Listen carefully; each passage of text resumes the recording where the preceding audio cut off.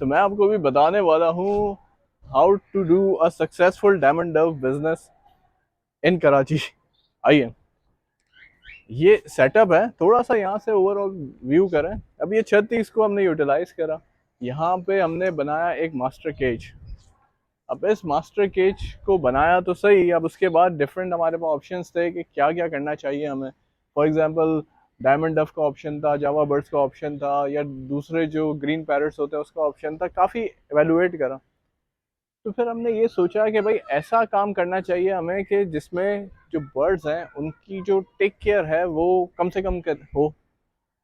अब कम से come take care के अंदर वो खुद ही, मतलब मिसाल है, दिन के अंदर एक दफ़ा आपने सिर्फ उसकी टेक केयर कर ली और फिर दूसरे दिन आगे आपने बमुश्किल आधा एक घंटा दे दिया, तो उसमें बर्ड भी अच्छा रह रहा है और कोई ज़्यादा पंचायतें है ही नहीं आपकी, और बड़ा इजीली आप काम कर सकते हैं। तो सबसे पहला तो हमारा ये क्राइटेरिया था। तो हमें काफ़ी सर्चिंग करने के बाद वी अंडरस्टैंड कि डायमंड डफ का हमें काम करना चाहिए। तो डायमंड डफ के लिए डिफरेंट सेटअप्स विजिट करें, दूसरों के घर गए, अंकल के घर गए, जाके समझा हाँ भाई इस तरीके से वो काम करता है। और उन्होंने कहा कि भाई मुश्किल से आधा घंटा पौना घंटा देखते हैं, इससे ज़्यादा देखने की ज़रूरत ही नहीं पड़ती। तो हमने कहा इससे अच्छा काम क्या होगा। तो फिर हमने अपनी छत को देखा, फिर उस हिसाब से हमने ये मास्टर केज सबसे पहले बनाया। फिर उसके बाद आहिस्ता आहिस्ता पिंजरे डाले हमने, गए जाके दुकानों से पिंजरे लिए लेकर आए, फिर आहिस्ता आहिस्ता करके छोटे बर्ड्स लाए, पेयरिंग करी उसकी, और फिर करा। अभी भी मैं कहूँगा, लोग तो कहते हैं कि भाई हसान का जो सेटअप है बड़ा अच्छा है, प्रॉपर चल रहा है, अब बर्ड्स भी आ गए हैं, लेकिन मैं अभी भी अपने आप को इन्फेंट कहता हूँ। अभी I have to learn a lot. तो आए चले मैं आपको दिखाता हूँ अपना ये जो छोटा मोटा मैंने अपना सेटअप करा। Welcome to my cage. आइए। अच्छा जी, अभी लेट मी रिपीट अगेन, चूंकि इन्फेंट स्टेज के अंदर हूँ मैं, मुझे अभी इसके अंदर बहुत चीज़ें करनी है। तो अभी जो डायमंड डव है मेरे पास, इसके अंदर मेरे पास टोटल जो एक पिंजरा है उसकी अगर मैं बात करूं तो ये 3 है। 1.5 बाय 1.5 का ये पिंजरा है जो जिसके अंदर ये डायमंड डव नॉर्मली रखी जाती है। तकरीबन सेटअप्स के अंदर हमने यही देखा है कि 1.5 बाय 1.5 के अंदर ही रहती है, और ये इसके लिए बड़ा आइडियल साइज है। तो मतलब एक जो पिंजरा है उसमें 3 ऊपर पिंजरे हैं ना, तो ये 3 3 3 3 मतलब 4, 3 4 ज़ा 12। तो मतलब ये एक पूरा पिंजरा 12 पेयर्स आ सकते हैं इसके अंदर आराम से। तो मतलब मेरे पास इस वक्त ये 1 2 3 4 और ये पांचवा। तो मतलब 12 × 5 = 60। अभी इस वक्त मेरे पास 60 पेयर्स हैं। अब इस 60 पेयर्स को जब मैंने यहाँ पे डाल दिया, तो अब इसके अंदर ये होता है कि भाई इसका बाजरा डाल रहा हूँ मैं, पानी डाल रहा हूँ इसके अंदर, इसका एक कैल्शियम होता है वो डाल रहा हूँ। और जब पेयर आपने डाला है तो पेयरिंग के लिए ऑब्वियसली आपको एक छन्नी लगानी होती है, जो आप आगे देख सकते हैं। बल्कि यहाँ पे बड़ा क्लियरली देखेगी, देखें ये छन्नी होती है जिसके अंदर ऑब्वियसली इस एक पेयर को बैठना होता है, जिसमें ये अंडे ले करता है। फॉर एग्जांपल आप नीचे वाला देखें, जिसके अंदर इसने 3 अंडे दिए हुए, जिस पे अभी ये बैठ भी रहा था। तो ये अब जब बैठेगा इंशाल्लाह इससे भी बच्चे आएंगे। तो आई मीन तो मतलब इस पेयर से जब 3 बच्चे आ जाएंगे, वो थोड़े से मेच्योर हो जाएंगे, तो उसके बाद फिर क्या करना होता है। अब ये ऑलमोस्ट 10 से 15 दिन लगते हैं जब बच्चे पे इस पे अंडे पे बैठता ही है। तो 15 दिन के बाद अप्रोक्सीमेटली मैं कहता हूँ कि फिर इसमें से वो बच्चा आएगा। बच्चे को भी 15 दिन ही लगते हैं इतना मेच्योर होने में कि वो खुद सेल्फ फीड के ऊपर आ जाए। और जब वो सेल्फ फीड पे आके थोड़ा सा बड़ा हो जाता है, तो उस बच्चे को आप निकाल के इस अलग पिंजरे के अंदर डाल देते हैं। अब इस पिंजरे को नॉर्मली किसी भी बर्ड वाले से अगर आप पूछते हैं तो वो कॉलोनी कहते हैं। अब इस कॉलोनी के अंदर बच्चे को इसलिए भी डालते हैं ताकि ये देखें अच्छे से फ्लाई कर सके। ठीक है ना, इधर से इधर जा रहा है, उधर से इधर जा रहा है। 1.5 बाय 1.5 पिंजरे के अंदर इतना सा बच्चा तो इतना मिच्योर नहीं कर पाएगा ना ये। तो बेसिकली यहाँ पे आपको इसलिए डालता है। अब ये वाला जिस तरह बच्चा आता है इसको भी हमने डाला है यहाँ पे। अच्छा, मास्टर केज बनाया हुआ है यहाँ पे। मास्टर केज बनाने क्यों बनाते हैं भाई? मास्टर केज इसलिए भी आप बनाते हैं ताकि जब आपका ये जो बर्ड होता है कि पिंजरे से कि निकल ना जाए। तो मैं let me close this door कि फॉर एग्जांपल अगर मैं किसी को पानी दे रहा हूँ, बाजरा डाल रहा हूँ, कहीं एकदम ही पिंजरे से कोई निकल जाए तो उड़ ना जाए। अगर उड़ता भी है तो इधर ही उड़ेगा, फिर जाके आप पकड़ लें उसको वापस, है ना। तो ये होता है ये डायमंड डफ।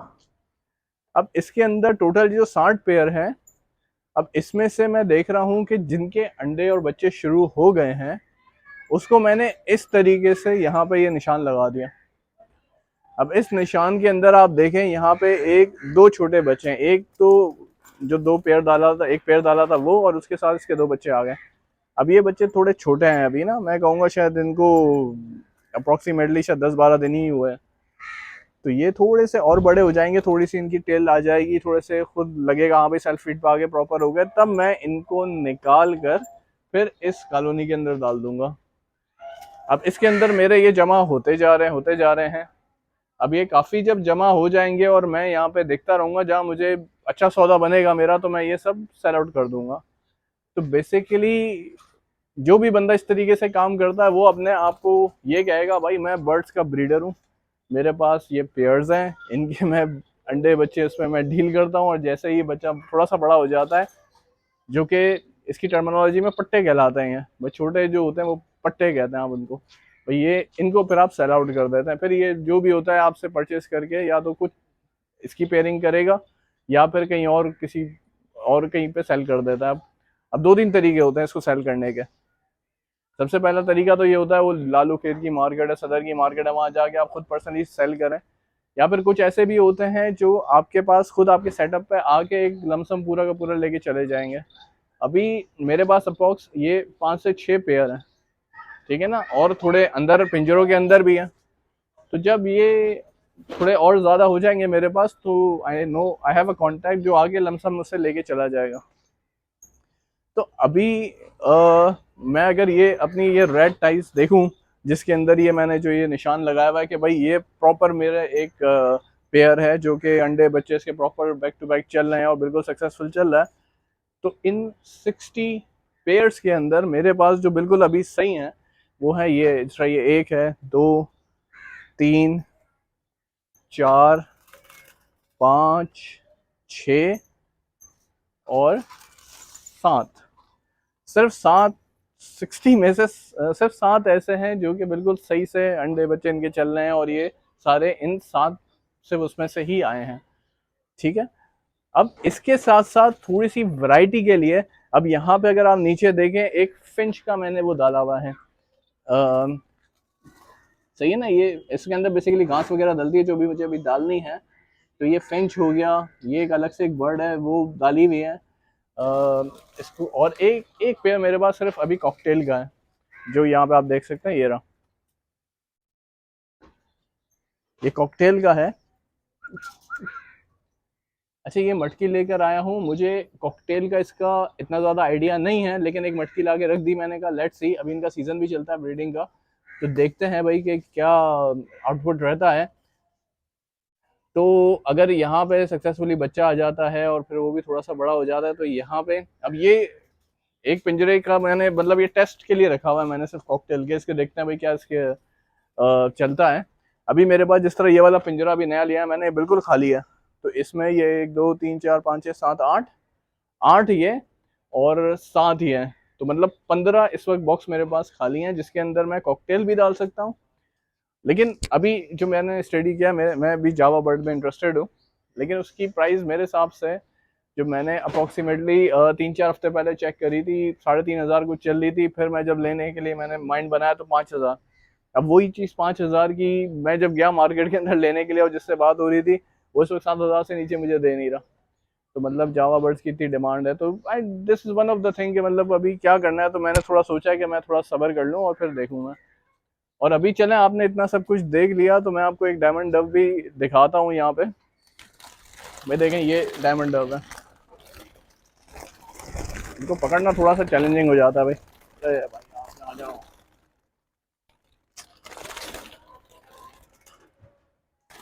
ये देखें, ये डायमंड डव है, ये इसका बच्चा है जो कि इन जितने भी हमारे ये पेयरिंग डाली हुई थी उसमें से जब थोड़ा बड़ा हो गया तो इसको हमने निकाल दिया यहाँ पे, ठीक है। ये ये क्या, तो चले अभी तक की तो ये प्रोग्रेस है। अब आगे देखें, अब ये वाले जो खाली हैं मेरे पास पिंजरे, इनके अंदर भी मज़ीद मैं बर्ड्स डालता हूँ, और फिर नेक्स्ट उसके अंदर मैं बताता हूँ क्या रिव्यू रहा या क्या रहा। अच्छा, एक चीज़ जो अभी थोड़ी सी अनफॉर्चुनेट हुई थी वो ये थी कि एक छोटा सा इसका अभी बिल्कुल ही बच्चा था, जो कि पता नहीं कैसे पानी पीने के लिए और आया था, उसी के अंदर ही डूब के शहीद हो गया। तो उसको भी मैंने निकाल के बाहर करा है। तो एनी हाउ, लेट्स सी, ये तो part and parcel of the game है। तो चलें जी, थैंक यू वेरी मच, खुदा हाफिज़।